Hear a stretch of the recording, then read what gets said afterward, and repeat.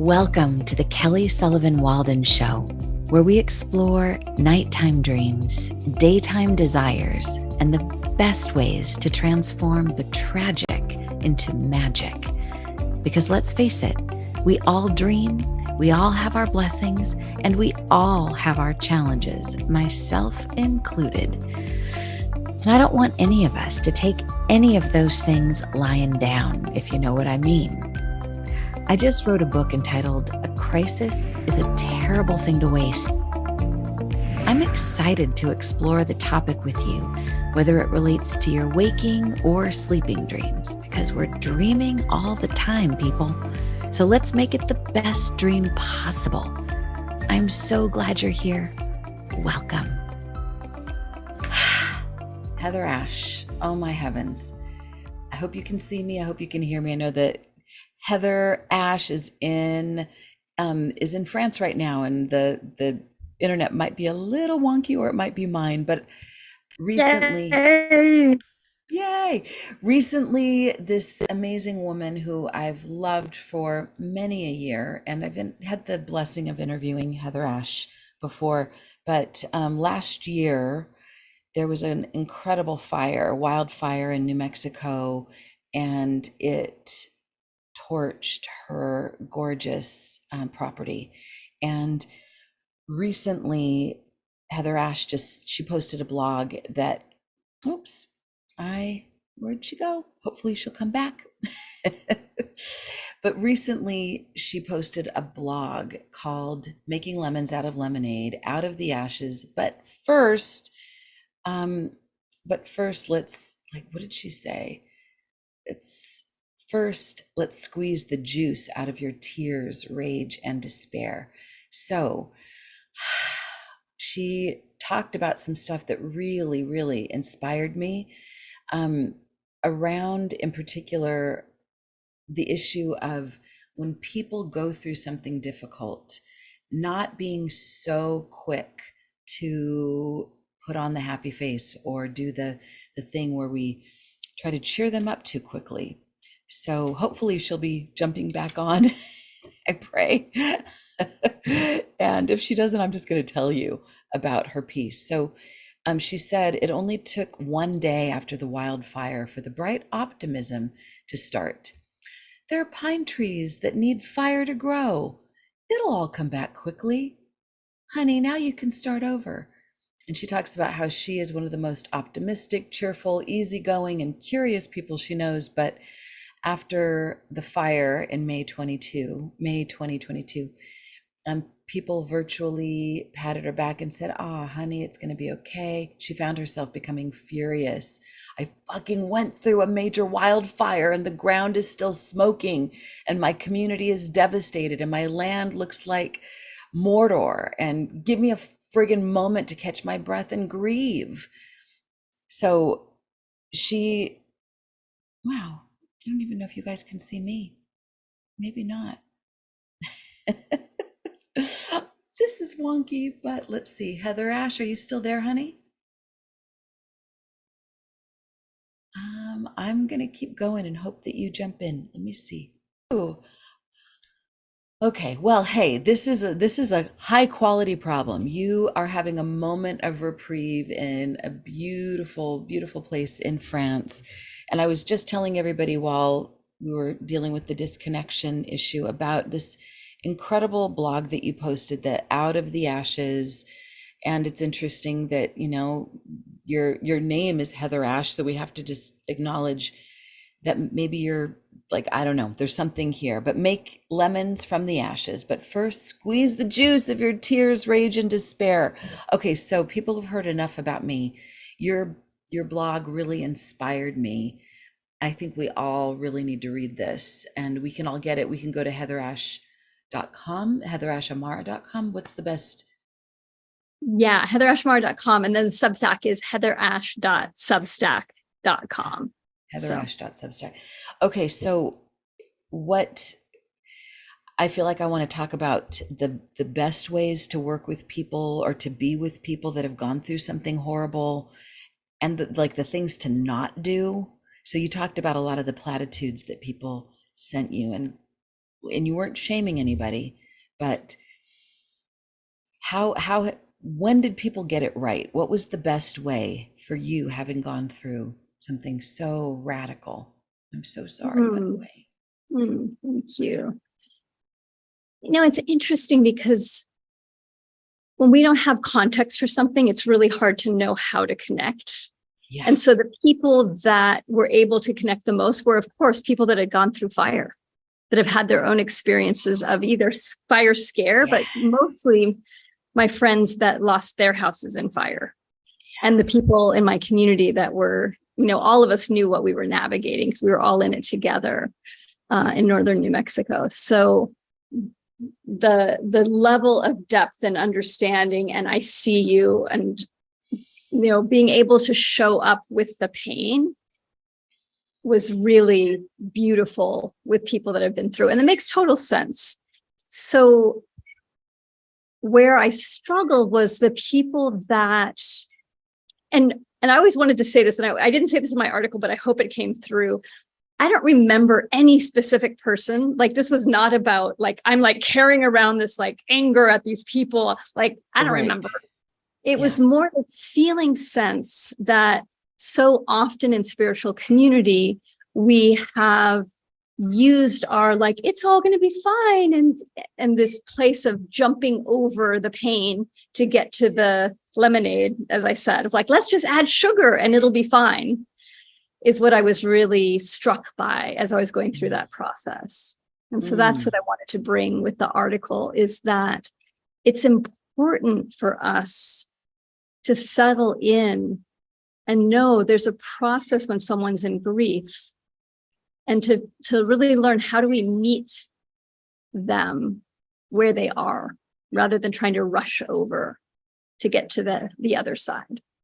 Oh, and you talked about you actually showed a video that this was so powerful about what, like after a fire, like the time that it takes, kind of the time lapse camera of these new pieces of root system in the I don't know how to pronounce that. Mycelium, yes. Mycelium, like finding each other, and it takes time. It's not like tomorrow. And you said something about putting like a fresh pot of something that looks pretty and new, but that could actually be poisonous. Can you speak to that? Or toxic? I mean, not poisonous, but. Yeah, that video is so epic. So one of the gifts that's come out of the fire is some connections with some incredible humans that are doing really big restoration work, focusing on the soil.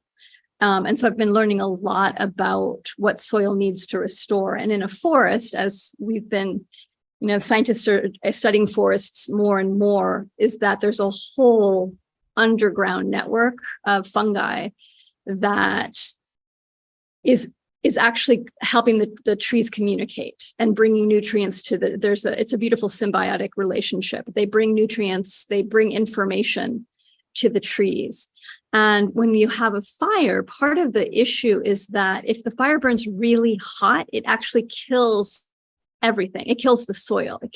And what it's killing is the mycelium. So we have areas in the land that it burns so hot that the land is sterilized.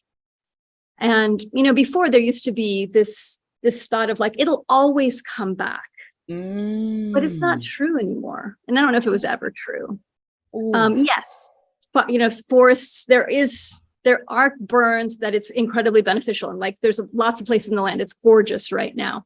However, because we're in a desert, because of climate change, and because of the soil getting sterilized, unless you tend to it, it desertifies. And it maybe nothing comes back in those areas because so much has been killed. Isn't that wild?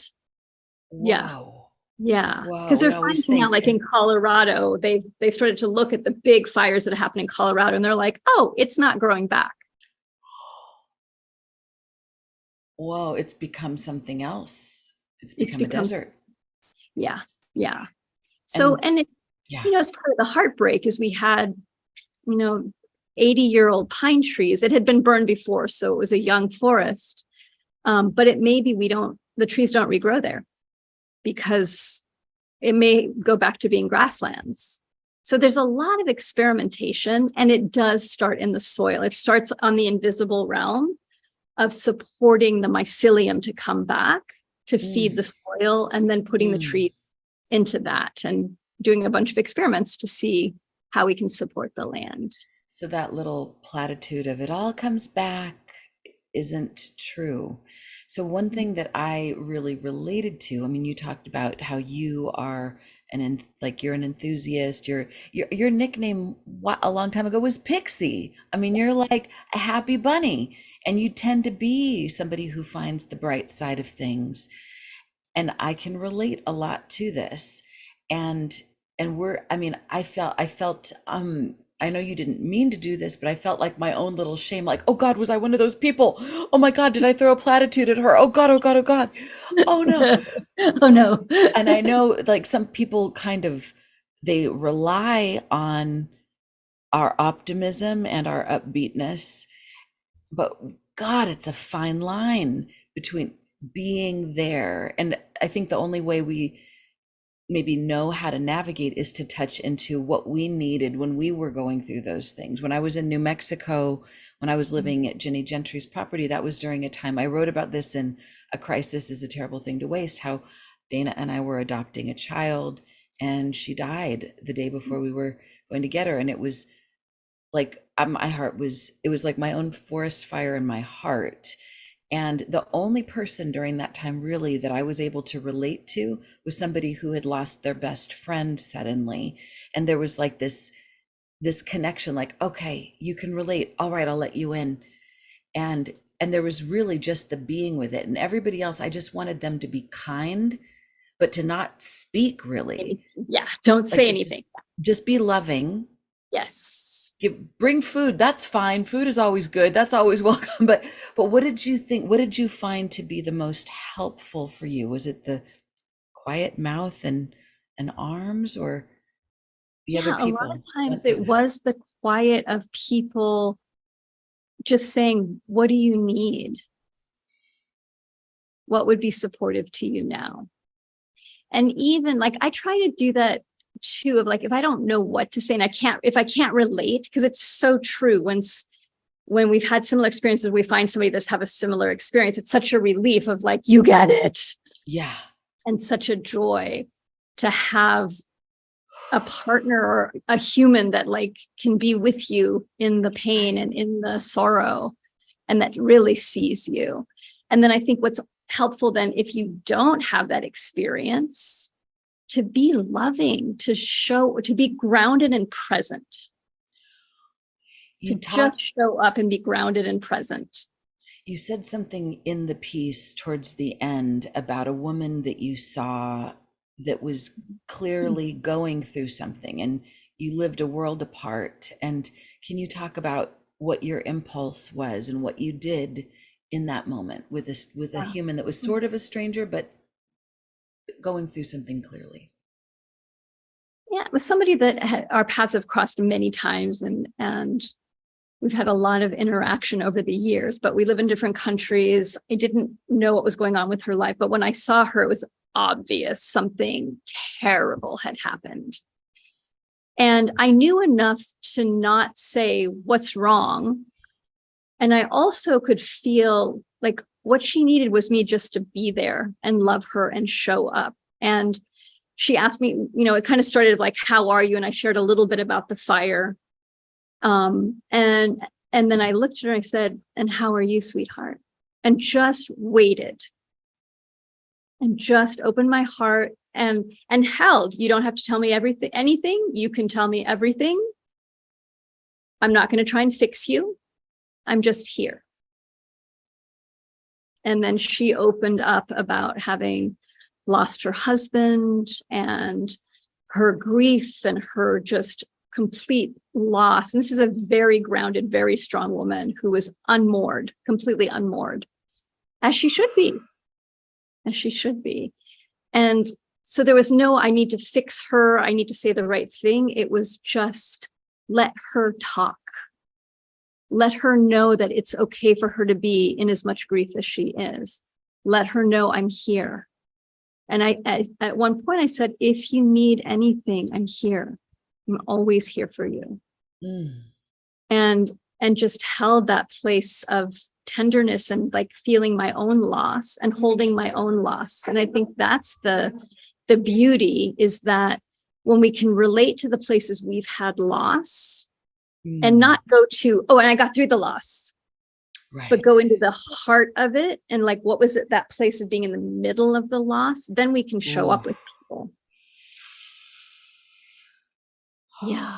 Yeah, Yeah. so there are a few things that you just said I want to highlight. I like that you didn't ask what's wrong. Like that is such an interesting and important thing, because it's as if to say on the opposite end of that, that grieving, crying, being devastated is wrong. No, it's an appropriate response to that a feeling person would have to a legitimate circumstance. So it's not wrong, but but like how are you, and to be that space, and I'm here.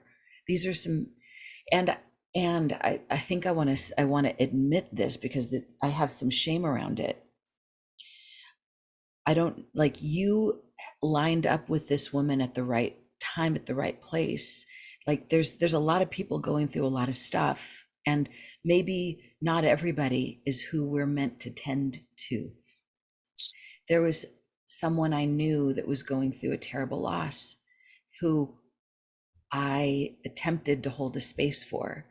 And after hours of her kind of going, like kind of ranting and raving, which I felt was obviously appropriate, I kind of reached my own limit. And she was furious at me that I didn't have more. And I was like, Mhm. oh my God, I felt like I myself was going to die. Like I need to, I need to go. And it was awful. Like because I so wanted to be her hero. And I feel like I can be the hero and like be there for so many people, but I couldn't be there for her. And like, so how do we, I mean, what do you Mhm. do in a situation when that's the case? Like we have our own limits. Like we can't always be everything for everybody as much as we might want to.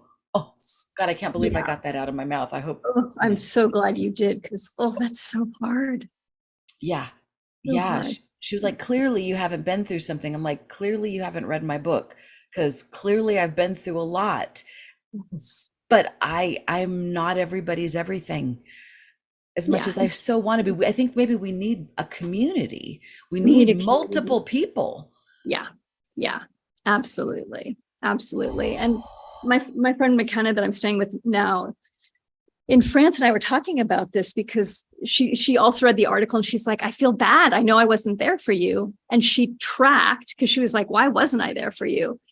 The day, I think the day of the fire, her best friend committed suicide. So literally our conversation was like, Beth just died. And I'm like, I am so, like, so sorry. Can't really support you, girl. Yeah, And she like yeah, said to me at the same time, she's like, I have nothing. Like after the fire was over, she's like, I have nothing for you. I'm like, it's okay. You don't need to have anything for me.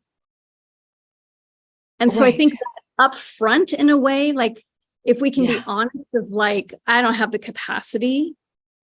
And sometimes it's true. In the middle, you realize, oh, I don't have the capacity. yeah, So how do we be gentle with ourselves and honest without making ourselves wrong or dropping the other person? It's yeah. It challenging. is messy. It is Messy. messy. And I think the rules are there ain't no rules. Because I know there was one woman when my dog died that was, I've never cried like this before. I was like a Yeah. howling mess. And she did all the wrong things. Like she said all the platitudes, but she said it in such a way that it actually was healing. It actually helped me in that moment. But then there's other moments where you could say that exact script. Like she was saying, she's on another plane. You can still communicate with her. But there was some, I think we have to just be as intuitive as we can be and be willing to do it wrong. Yeah. Oh my Yeah. gosh. I love that you weave into this beautiful essay what you've been inspired by from Oriah Mountain Dreamer. Can you speak to that? I get the chills every time I just say her name and her famous poem, The Invitation, which Yeah. so what was it about that piece that spoke to you and It was why? so fascinating because I've always, I mean, that poem came out early in the internet, right? Yeah, like And it 92 just or like, 90 or something. Yeah, yeah, 92, I think. and it just, I remember being so struck by it and thinking, who is this woman? And there was no really way to find her. Everyone thought she was this ancient man. Right, Like, oh, exactly. right. This And it's like, old oh, wait, she's shaman. this hot Yeah, young woman. exactly. And she has serious fibromyalgia and was bedridden. And so to go through, which I didn't know until I started researching, and I was like, oh, this poem didn't come out of like an easy life. And that's why it's so powerful, is it's not a platitude. It's not like there, it's going to be okay. It's let's show up in the not okayness. Let's bring forward the depth rather than the crust, as I call it. And that poem came out of, I think it was finding out a friend of hers had an incurable disease. So she's dealing with her own health, chronic, like she's not getting better, and finding out about a friend. And so that was the confluence where that poem came together. And as I reread that poem with that information, Wow. it made it even deeper for me of like, this is coming from the heart of somebody who really does know suffering Oh, and has transmuted it, mm. not bypassed it. This line that you, or this little stanza that you put in your essay is from Oriah. I want to know if you have touched the center of your own sorrow, if you have been opened by life's betrayals or have become shriveled and closed from fear of further pain. I want to know if you can sit with pain, mine or your own, without moving to hide it or fade it or fix it. And So then good. I want to know if you can see beauty even when it's not pretty every day, and if you can source your life from its presence. Oh, honey, what is that? What does that mean to you? Mm, mm. It is that place of settling in to be in life Mm. and to go through the tempering. You know, one of my favorite tarot cards is the Temperance, and it's an image of a Mm. woman usually holding fire and water. And the meaning of the card Temperance is about letting life temper us like steel, and that the way steel becomes stronger is heat and pressure. Mm. And that it's that heat and pressure that creates the strength and the resiliency. And I feel like from my experience with the losses that I've had over my life, and the great thing about aging, like, Yeah. yay, is that you Who'd learn have how to thunk? be There are tempered. perks. Right? Exactly. Yeah. Yeah. We learn how to go into the fire. We learn to know this is going to temper me. Oh,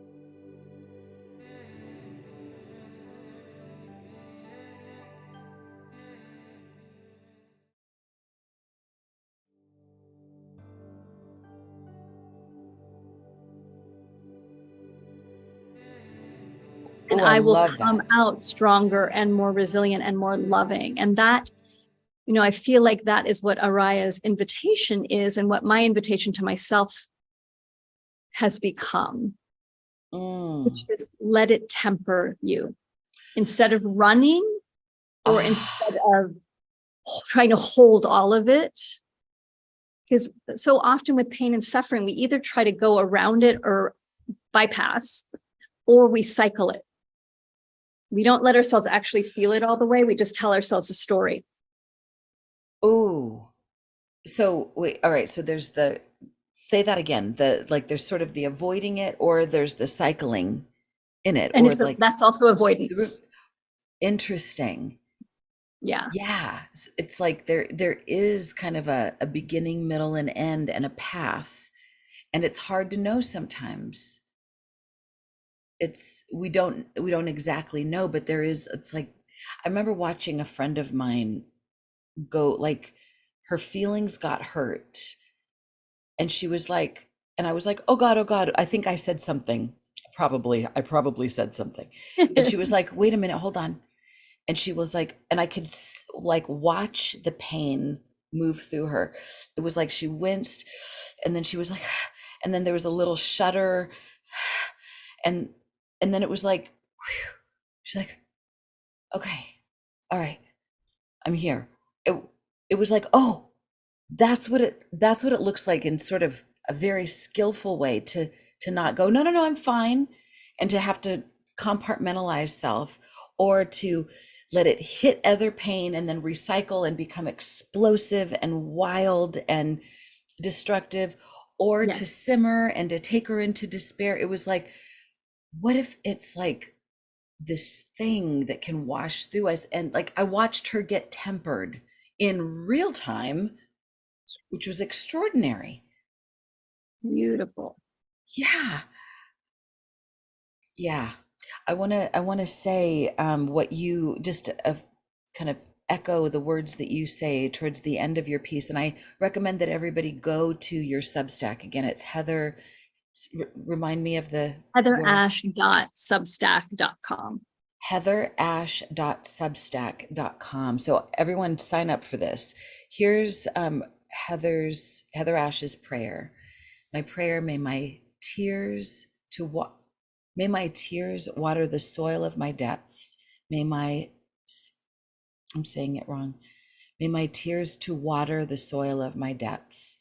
May my sorrow to carve more beauty into my being. May my grief to hollow out my heart to hold more healing. May loss to empty me of illusions so I can see and embrace the suffering all around. And there's more. May my despair to dissolve my old armoring and open me into embodying poignant vulnerability. May I look into your eyes and see your lived experiences, the joy and the pain. May I stand silently in the presence of your grief with love and tears. May we all to stop trying to bypass the hurt.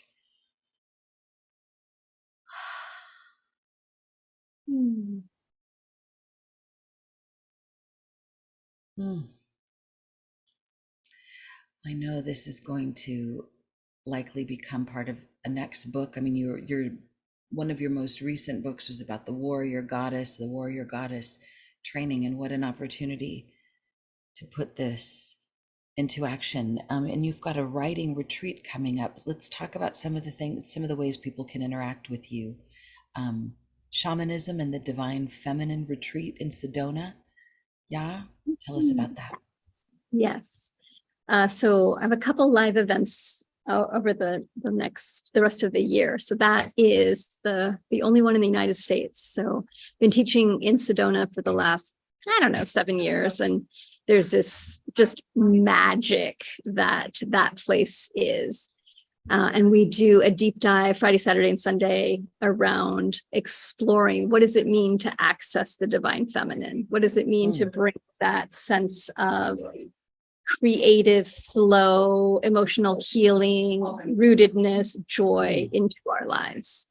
So it's so good. So that's September, I think it's September 8th through the 10th is that one. Beautiful. And then you've got Wild, Willing, Wise. Is that what's coming up? That's something else? Yeah, that's the next book. So Oh, this what? weekend I do the final edit. It's coming out 2024. Yeah. And it's so good. It's unlike anything I've written Oh, before. And so it was really, that was very tempered by the fire for sure. But it's a very funny, like I curse in mm. it. I tell a lot of funny What? stories. I'm Yeah, I know. offended. Unlike me, Right. I curse in real life, but I don't usually curse my books. But this one is just really lighthearted. It's fun and deep at the same time. And it was inspired by the three archetypes of maiden, mother, crone. Mm. And then I wanted to make it non-gendered and available to everyone. So wild, how to find your wild again. Willing, Ooh. how to stay steady and sustainable. And wise, how to connect to our Mm. stillness and our compassion. So, Oh, honey, you mm, are amazing. That sounds incredible. And what can you tell us the latest, like what's happening with your property, with your ranch? I know you said there's some places. There was one little flower that you showed that like bloomed somehow yeah, out of the there's ashes. so much blooming right now. We were very, very lucky in New Mexico because right after, I mean, not everybody was lucky, but right after the fire, the monsoons came in force. So for some people, that was even more devastating because they lost even more. And for us, it was the biggest blessing. Biggest blessing. The creek didn't go too crazy. So when we walked the land this spring, I have folks that are up there that have grown up in that area, and they're like, we've never seen some of these flowers in 50 years. So there's so much coming up right now. It's so exciting. Yeah. Yeah. Mm. And there's still places that we're like, I don't know what we're going to do here, but we'll try. So I'm getting some really good support. And that's what the next Substack article is going to be about, is the regeneration process and what I've been learning, and these mind-blowing women and what they're doing in terms of soil restoration in New Mexico. So I'm excited to write that one because there is and here's the other side. Talk about, I mean, a lot of the Toltec work, which I know is part of your origin place, one of your origin places, and is there's so much of a of the walk with the angel of death. And you know, it's kind of easy to hold the angel of death as like a concept out there, but when you've had something that you cherished that was so important that was taken, and then to have the courage and the wildness to come back to life, to not that you ever stopped being alive, but to come back into creation after things having been taken. What is your process in that, or how do you see that? It's such a good question. You know, what I've seen is that we often don't know how rooted we are in our own practice and our own teachings until something big happens like this. And Right. I've been Yeah. like deeply in relationship with the angel of death and with Mhm. fire as well, as a firewalk instructor and trainer. So, Right. you know, Oh my God. fire, yeah, the elements, Firewalker. yeah. Holy Jesus. I hadn't even put that together. Yes. So when the fire came, it was really interesting, Kelly, because about 3 weeks before the fire, I just knew, I'm like, we're going to lose the ranch. Like I knew it was going through the ranch. What? Yeah. And I had so many people that were like, oh, well, we'll pray extra hard. And I'm like, and as you know, because I'm very much like you, of like, I am the most optimistic, we can make shit happen. We can do anything. And my body was Yeah. like, it's done. There's nothing we can do, for weeks before it actually hit. So I just Wow. waited, and I still was like, please let me be wrong. And I know I'm not, but please let me be wrong, or please let it go around us. And so I started gathering donations and going to my community and helping other people, because it's so devastated my community. I live in a very, very poor area, and the land is everything for the people there. And so I was at the donation center, the evacuation center, where a lot of people were staying. We were bringing supplies to people that had lost everything. And I looked at the map, because this is the wild thing about technology. You could see where the fire was from space. So they were mapping it. So I clicked on and I looked, and it was in my neighbor's field.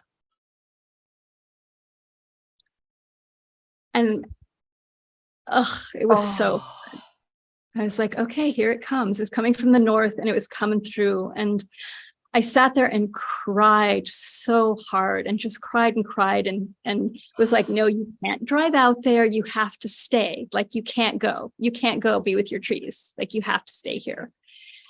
And then I just got quiet. I'm like, what do I do? What do I do?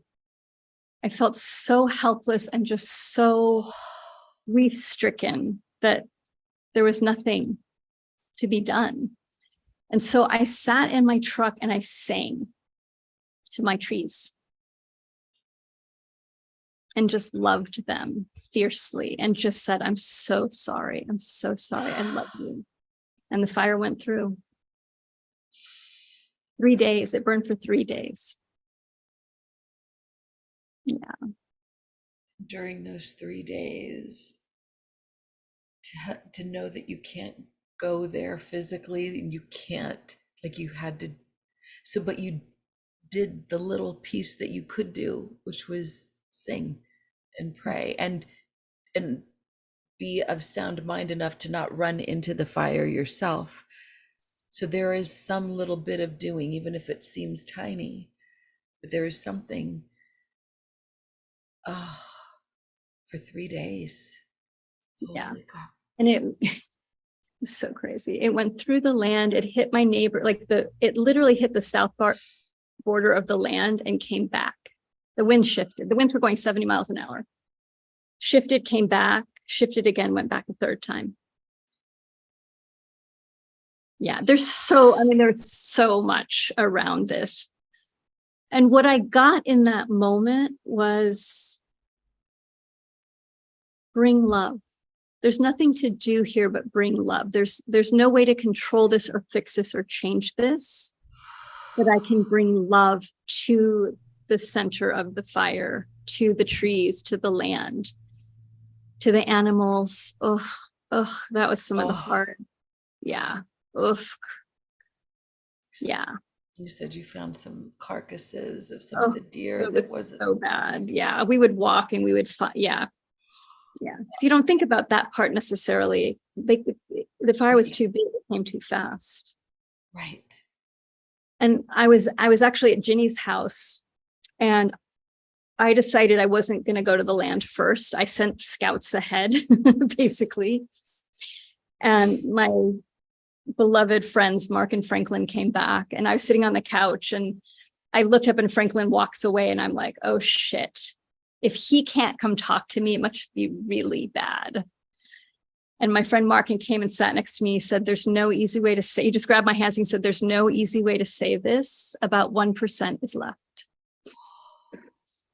Ugh.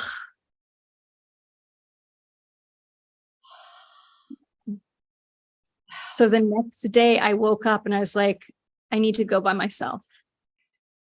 And so I drove really early in the morning and just started walking. And I had one destination, and it was interesting, Kelly, because the firefighters did save our community kitchen and this island of trees. So we have, like, where the main hub of the land is gorgeous. The trees are all intact. We lost a few, but like there's literally an island. And then you walk, 10 feet down the hill, and then it's just black. Like along the creek, some of the trees survive. But then I walked to the top of the hill, and it's acres and acres of Mordor, just gone. Ugh, so hard.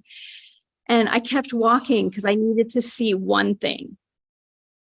There's a grandma tree on the southwest corner of our property. She's a Douglas fir. She's probably 500 years old. And I had to go see. And so I'm walking through the ashes. I mean, literally, it's still smoldering. There's still places where it's burning underground. And I was like, please let her have, just let her have survived. I don't know how she could have, but please let her have survived. And I came around the hill and I found her, and she survived. So we have that, Wow. it's, oh, I just sat and like Oh, cried. she held you. Well, you, Yeah. Yeah.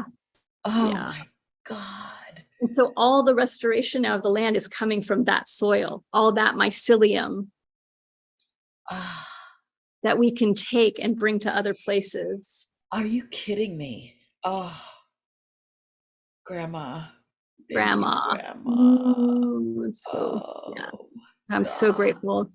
And there was a time about 6 months after the fire, she started looking not so good. And I was like, sweetheart, you can't, because what trees do is they'll feed. She started feeding everybody around her, Of all her babies. course. And I was like, you can't, you have Keep, to stop. keep some for you. Yeah, you have to stop. And she's made it through. She's totally fine. But there was a while I was like, I can't lose you too. Like, you can't do what you're doing. You have to stop at a certain point. And she did. She knew where the line was. But whoa, so intense.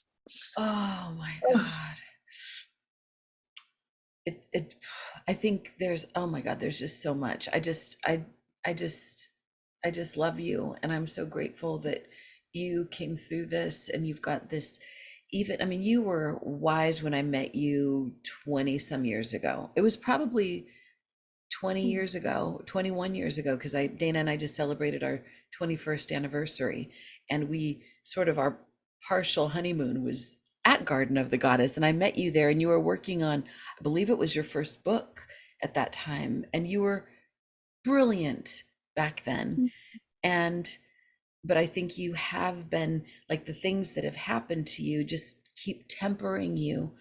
And I don't want to, I mean, I feel so tempted to just be Pollyanna up the wazoo, but I'm trying not to. But I am just proud of, out of the phoenix that you are, the out of the ashes goddess that you are. I feel like there's even more love and depth and wisdom that you have to share, even more than before, which was already so much.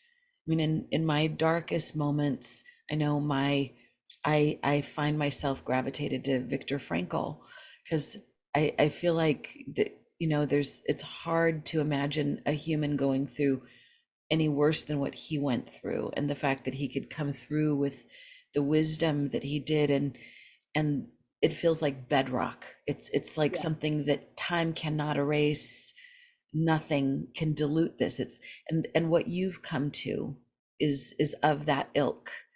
It's it's deep, deep, deep grandmother tree level wisdom, and Mm. and it transmits. It's like, okay, she went through that, she's going to be okay. Like, I'm going to be okay with whatever curveball I mean, I think even like with Viktor Frankl, we don't even have to read the whole book. We just think of him and we're like, okay, I have a breath. We think about you surviving this, and it's like, okay, we can do this. We can do this, and we can also give some, we know better how to be with people when they're going through their horrors, their nightmares. Mm. There's a quote that I love from Rilke, and you may have heard of it. I think you might dig it. I'm going to read a little piece of it just because it feels like it's one of those things that I've grabbed onto. He says, someday emerging at last from the violent insight, let me sing out jubilation and praise to assenting angels. Let not even one of the clearly struck hammers of my heart fail to sound because of a slack, a doubtful, or a broken string. Let me joyfully, streaming face make me more radiant. Let my hidden weeping arise and blossom. How dear you will be to me then, you nights of anguish. Why didn't I kneel more deeply to accept you? Inconsolable sisters, and surrendering, lose myself in your loosened hair.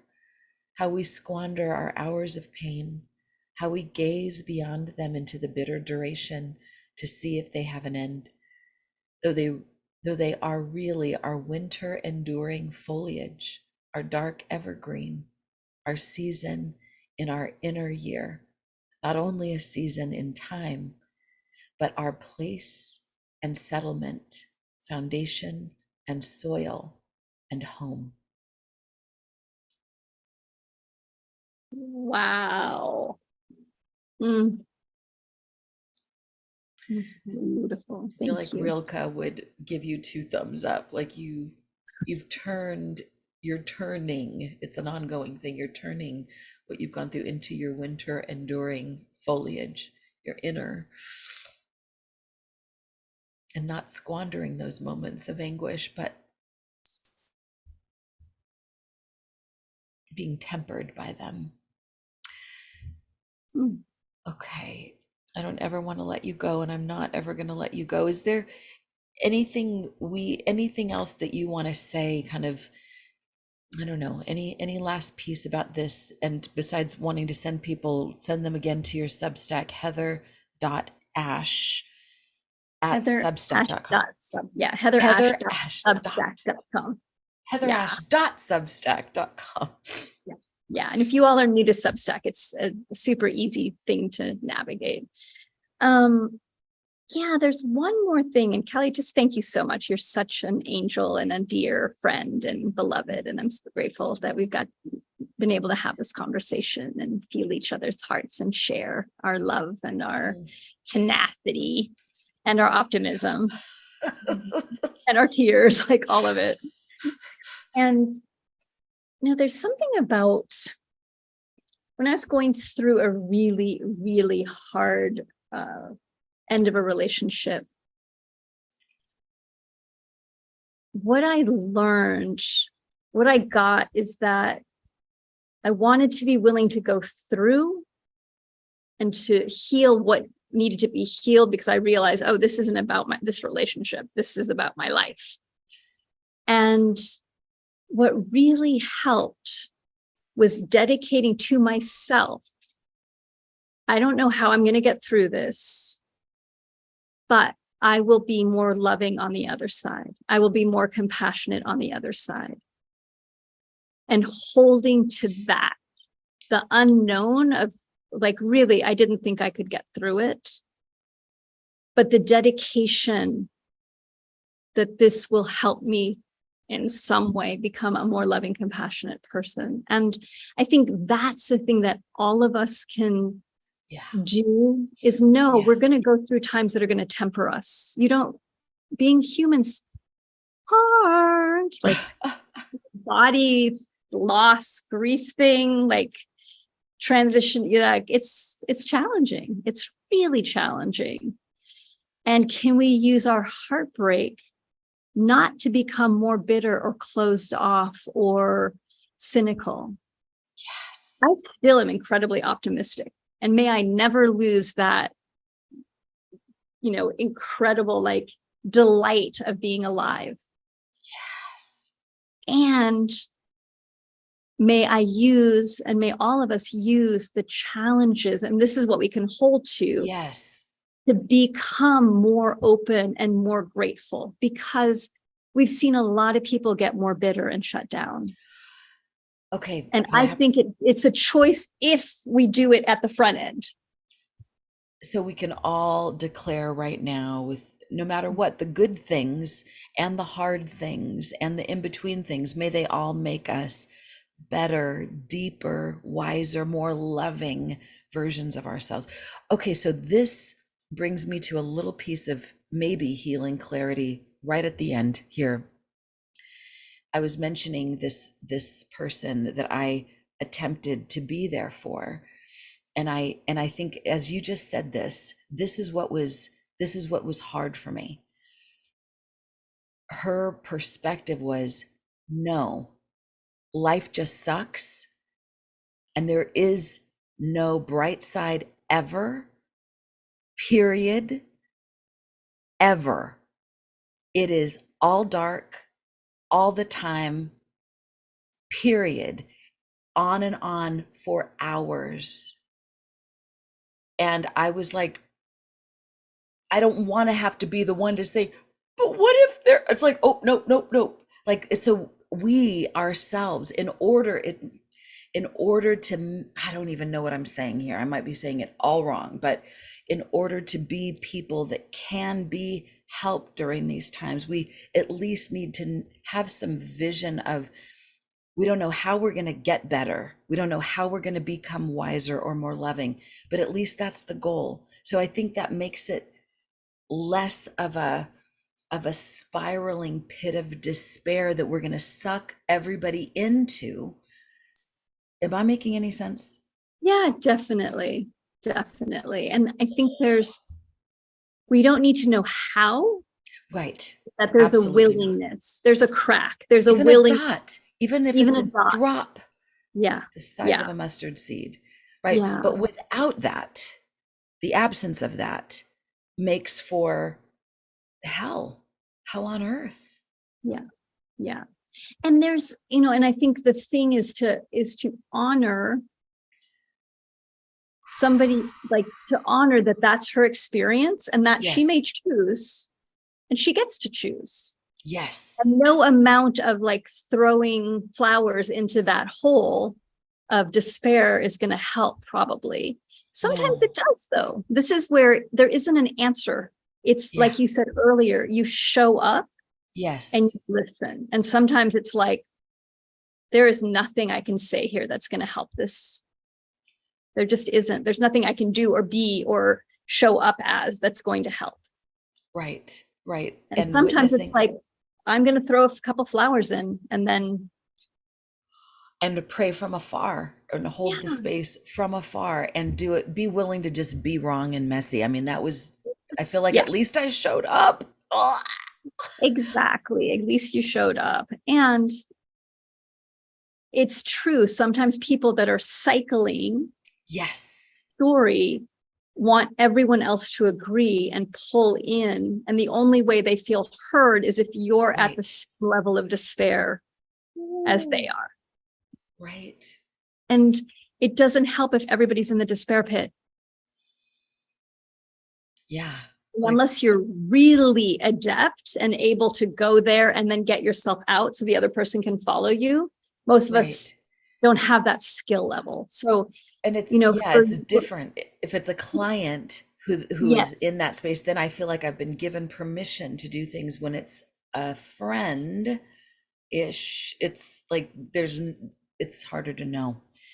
It's harder to know. And that's where it's helpful, because it's so true. I totally relate to that, of like, it's a client is very different than a friend.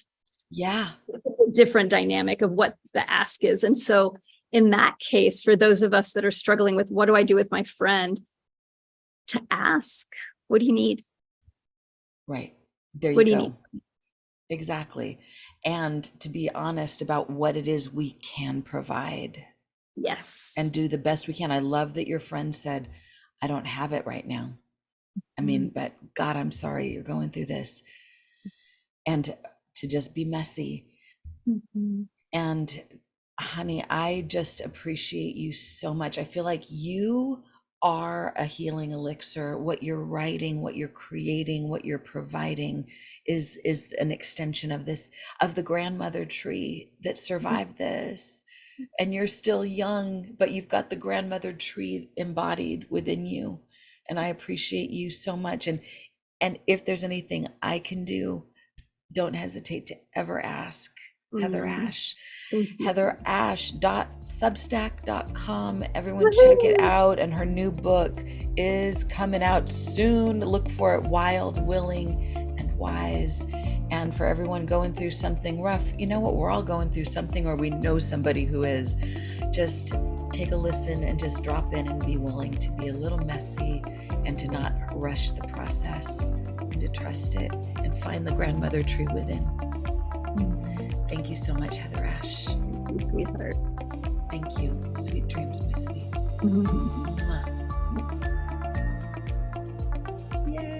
Thank you for listening to the Kelly Sullivan Walden Show.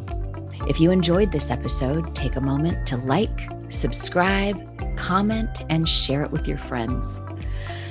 My show can be found on Apple iTunes, YouTube, Google Play, Spotify, and wherever you get your podcasts. If you want to order my new book, A Crisis is a Terrible Thing to Waste, go to your favorite online or brick and mortar retailer, then head on over to kellysullivanwalden.com tragic to magic. Input your order number and redeem your bonus gifts. I'm also excited to be offering a DreamWork practitioner training. So if that calls to you, go to kellysullivanwalden.com/DreamWork. If you'd like to join me for the live recording of these shows, most Wednesdays at noon Pacific, you can find me on Facebook. If you have a question about your dreams or about how to transform your tragic into magic, email me at kelly@kellysullivanwalden.com. Until next time, remember, a crisis is a terrible thing to waste. And as you awaken to the power of your dreams, you make the world a lighter, brighter, more beautiful place, one dream at a time. Sweet dreams.